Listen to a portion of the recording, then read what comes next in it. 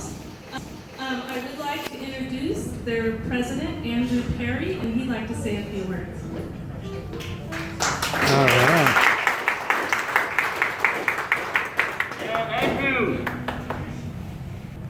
Ladies and gentlemen, thank you for coming to Garden Grove Masonic Lodge and celebrating with us our new membership with the Chamber of Commerce.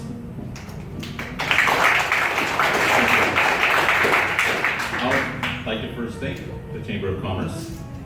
I tell everyone this, I'm actually a city employee from the Artesia Cerritos area, and I'm well acquainted with chambers of commerce and their purpose.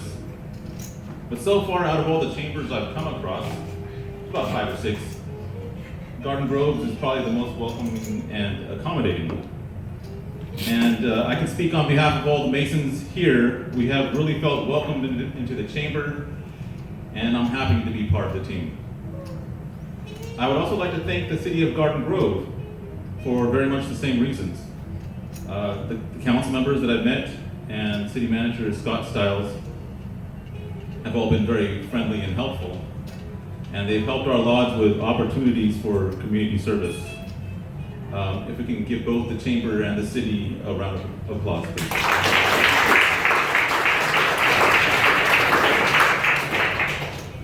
So I thought I'd take the time to share with you a little bit about what Freemasonry is. Freemasonry is a fraternity in some ways similar to the Elks, but with some big differences. For instance, we can't sell alcohol, but we can definitely give it away.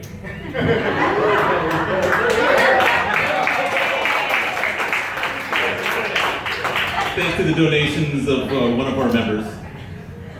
Freemasonry is also an ancient and honorable institution built to be inclusive of all good men and their families. I'll give you a quick history lesson, but I promise to tie it into modern times. Freemasonry traces its roots at least to medieval Europe, when there was a trade guild for actual Masons, who were the ones who built so many of the cathedrals and castles of that age. At some point, these operative Masons started to invite in gentlemen as honorary or free Masons. And by the 1600s, this practice became more common. As the operative Masons declined in number over the years, due in large parts to advances in technology, the Freemasons became the main body of Masonry. And as such, they needed to form an organization to establish a hierarchy among them and continue the tradition.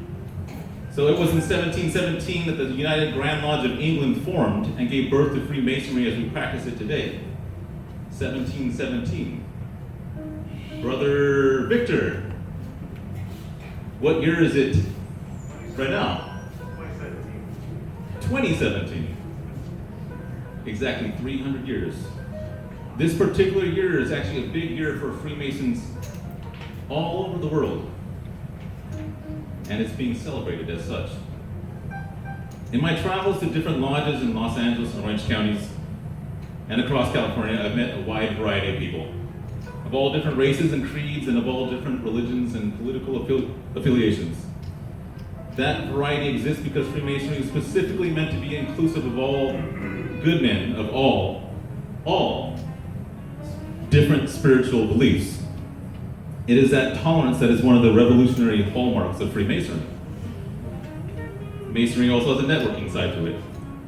I've met people while traveling in Northern California, and to this day I see them as good friends whom I plan on visiting and hanging out with at least annually, as well as doing business with them periodically throughout the year, and them with me. Masons have that affinity with each other because we have a common experience in something we call degrees. So you may have heard that Freemasons are a secret society, and you may have heard of the term degrees. Well, the only secrets are from the degrees, which are kind of like plays. And as far as I can tell, the only reason the degrees are secret is that we don't want to ruin the plot of the story for any potential candidates. Freemasonry is versatile enough to be meaningful to a man in many different ways.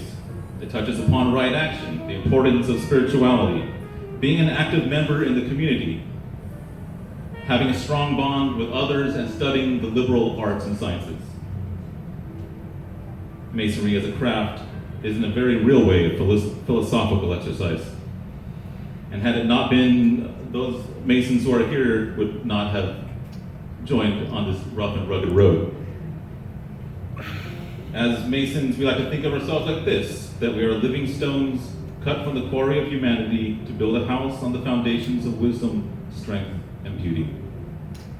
Because of these principles, Masons worldwide donate $4 million a day in charity, and $2 million of that is from the US alone. The Shriners Hospital for Children is Masonry's biggest charity, and that hospital provides specialized care to children regardless of a family's ability to pay. Masons are also huge advocates of public schools. Every year, California Masons donate hundreds of thousands of dollars to California public schools. This year, California Masons donated $85,000 to Orange County public schools. And in Garden Grove, this lodge particularly serves the community through our assistance with the local public schools, providing scholarships for high school seniors and volunteering in the community. And we're also very proud of our partnership with Project Hope, which is a local nonprofit that supports families, advocates for women, and mentors children. And I'm sure that Project Hope can also vouch for us and our support for them. So that's my story, and I'm sticking to it.